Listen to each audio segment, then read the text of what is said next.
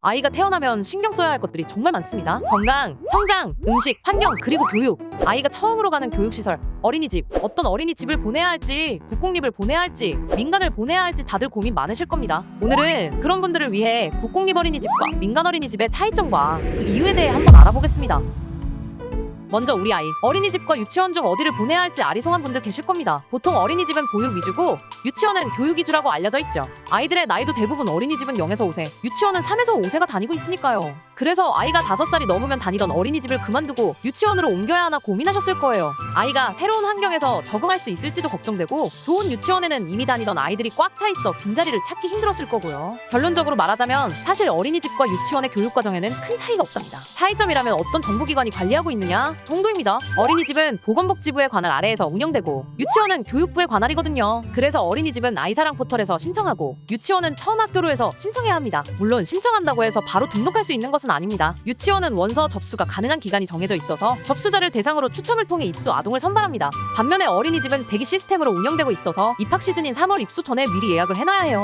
어린이집과 유치원 모두 1에서 3희망까지 총 3곳을 신청할 수 있으며, 1희망으로 지원한 곳에 붙으면 자동으로 2, 3희망에서는 제외됩니다. 이런 입소 방식을 제외한다면 어린이집과 유치원 모두 만 3세 이상을 대상으로 공통된 누리과정을 운영하고 있기 때문에 교육적인 부분에 대해서는 큰 차이점이 존재하지 않아요. 선생님 1명당 아동의 비율도 모두 똑같이 정해져 있죠. 영유아 보육법에 따르면 만 0세 반은 교사 1명당 3명, 1세 반은 5명, 2세 반은 7명, 3세 반은 15명, 4세 반과 5세 반은 20명으로 딱 인원수를 고정시켜 놨거든요. 물론 기관과 지역마다 특별 교육 활동의 차이가 있을 수는 있어요.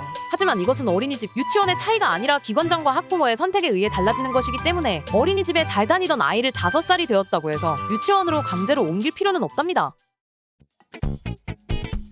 자, 그 다음으로 결정할 사항은 바로 어린이집을 민간으로 보낼 것인가, 국공립으로 보낼 것인가입니다. 많은 사람들이 국공립은 좋고 민간은 안 좋다라고 생각하지만 꼭 그런 것만은 아닙니다. 둘 다 장단점이 있거든요. 먼저 민간 어린이집부터 살펴볼게요. 민간 어린이집의 가장 큰 장점은 부모가 가지는 선택의 폭이 넓다는 것입니다. 집과 가까운 곳, 주변 사람들로부터 추천받은 곳, 아이가 친한 친구가 있는 곳, 특별 활동이 마음에 드는 곳 등 원하는 조건에 맞춰 선택할 수 있어요. 또 차량 운행을 지원하여 아이를 안전하게 등하원시켜주는 곳들이 많고, 아이들이 사용하는 교구도 다양해서 교육 프로그램이 다채롭게 구성될 수 있어요. 영상이나 앱을 이용하여 부모님에게 아이의 상태를 실시간 리포트로 작성하여 보내는 등 디지털 기술을 이용한 소통 방식을 이용하는 곳도 많죠. 그렇게 부모의 의견이 즉각적으로 반영되기 쉽고, 개인의 상황에 따라 어린이집에서 융통성 있게 대처해주는 편입니다.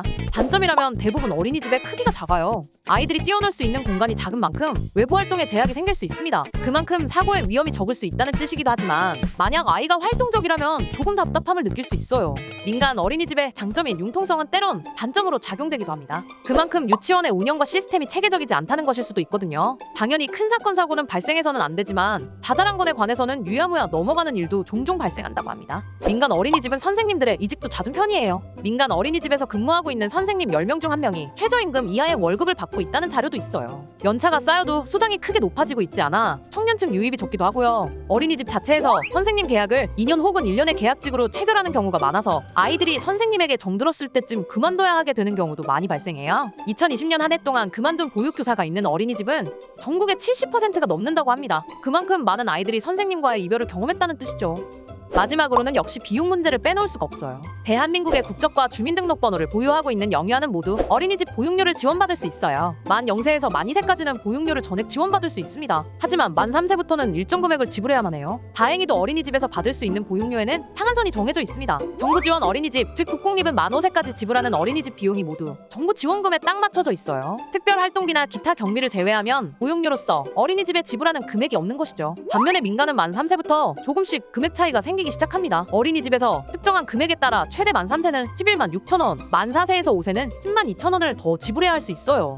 특별 활동비도 정부 지원 어린이집은 최대 월 5만 5천 원까지이지만 민간 어린이집은 6만 원으로 5천 원의 금액 차이가 발생할 수 있습니다. 물론 민간 어린이집은 시장 경쟁력을 생각해야 하기 때문에 무조건 더 많은 금액을 내지 않을 수도 있어요. 하지만 국공립 어린이집의 비해 상한액이 더 높다는 점은 기억해 두셔야 합니다. 자, 그럼 이제는 국공립 어린이집의 장단점에 대해 알아볼게요. 민간 어린이집의 단점은 곧 국공립 어린이집의 하나의 장점이라 볼 수 있죠. 앞서 이야기했듯이 국공립 어린이집은 비용적으로 상당히 저렴해요. 일단 보육료가 전액 지원되고 특별활동비의 상한선이 민간 어린이집보다 낮기 때문에 조금 더 저렴하게 어린이집을 이용할 수 있죠. 선생님들의 월급도 연차에 따라 올라가는 호봉제이기 때문에 민간보다 높은 급여를 받으며 근무하고 있어요. 좋은 대우를 받는 만큼 그만두는 사람도 적죠. 보건복지부가 국공립 어린이집 보육교사의 임금을 보육교직원 인건비 지급 기준표에 따라 지급하라고 명시한 덕분이에요. 그에 반해 민간 어린이집은 최저임금 정도만 지키면 된다고 고지하고 있기 때문에 선생님이 자주 그만두는 상황이 발생할 수밖에 없었던 겁니다. 국공립 어린이집은 정부 기관의 관리를 지속적으로 받기 때문에 프로그램과 시스템이 더 체계적으로 운영되고 있어요. 운영 방식과 재정 관리도 투명하게 지켜지고 있어서 그 부분에 있어서는 마음 놓고 안심할 수 있다는 큰 장점이 있습니다. 언어 학습 능력이 늦은 아이와 다문화 가정, 장애형 유아 등을 위한 다양한 프로그램이 1대1로 진행되는 곳도 있었죠. 민간에서는 비용 문제로 시도하지 못하는 교육 과정이 국공립에서는 원활하게 운영될 수 있습니다. 국공립 어린이집은 크기도 커서 아이들이 신나게 뛰어놀 공간도 충분해요.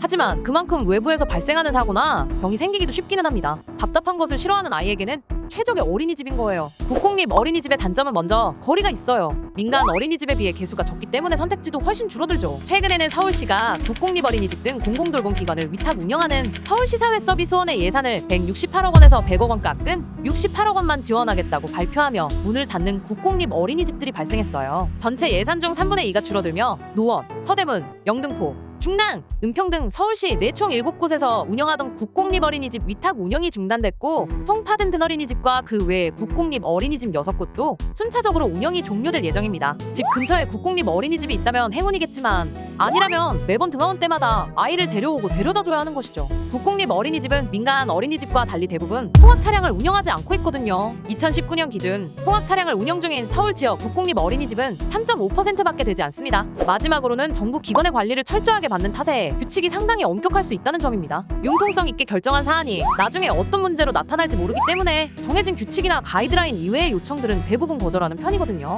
국공립 어린이집은 민간 어린이집에 비해 입소가 더 치열합니다. 그래서 웬만하면 나가고 싶어 하지 않아요. 요청 사항이 거절되어도 부모 입장에서는 남아있는 편이 나은 것이죠. 그만큼 선생님들의 힘이 학부모보다 더 강하다고 느끼실 수도 있습니다. 이렇게 오늘은 민간 어린이집과 국공립 어린이집의 장단점과 그 이유에 대해서 정리해봤습니다. 사실 둘 중 어디가 더 좋다, 안 좋다라고 명확하게 말할 수는 없어요. 각자의 사정과 환경, 아이의 성향에 따라 정하는 것이 베스트라고 생각합니다. 중요한 것은 교육의 질도, 어린이집 환경도, 선생님들 근속도 이 모든 것들이 자라나는 아이들을 위한 최선의 선택으로 이루어져야 한다는 점인 것 같습니다.